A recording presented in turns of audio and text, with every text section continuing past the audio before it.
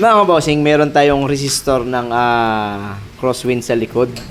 Ang issue ay pumutok or bumitaw yung hinang dahil yung ating blower motor ay may problema. Pagka po kasi matigas umikot or maganit na tong ating blower, na-prepare sa tong ating resistor.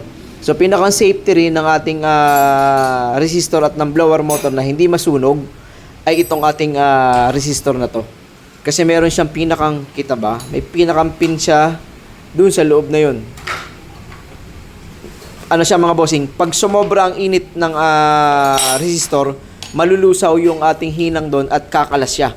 So, hindi gagana yung number 1, number 2. Yung number 3, kaya niyang ikutin yung ating blower dahil mas malakas na ang kuryente nung number 3 o yung voltaheng pumapasok sa ating blower motor. Kaya kaya niyang paikutin. Pero, pagka po kasi mahina yung kuryenteng papasok dahil ang trabaho nitong resistor ay mag-control ng kuryente kaya meron kayong 1, 2, 3 or yung low, medium, high.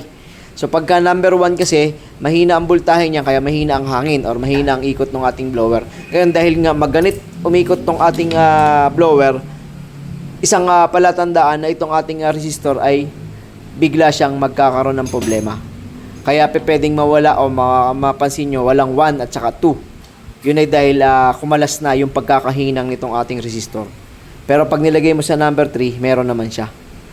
Okay, so ito lang yung ating na-experience dito sa ating blower motor ng ating crosswind sa likod.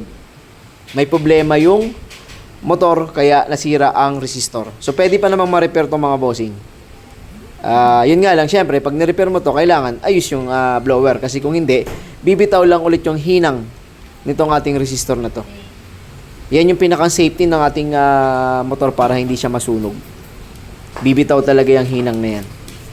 Okay, so share lang namin sa inyo mga bossing, baka ma-encounter nyo. Walang number 1, walang number 2, yun ay dahil kay resistor. Pero, kaya nasira si resistor ay dahil kay blower motor. Okay?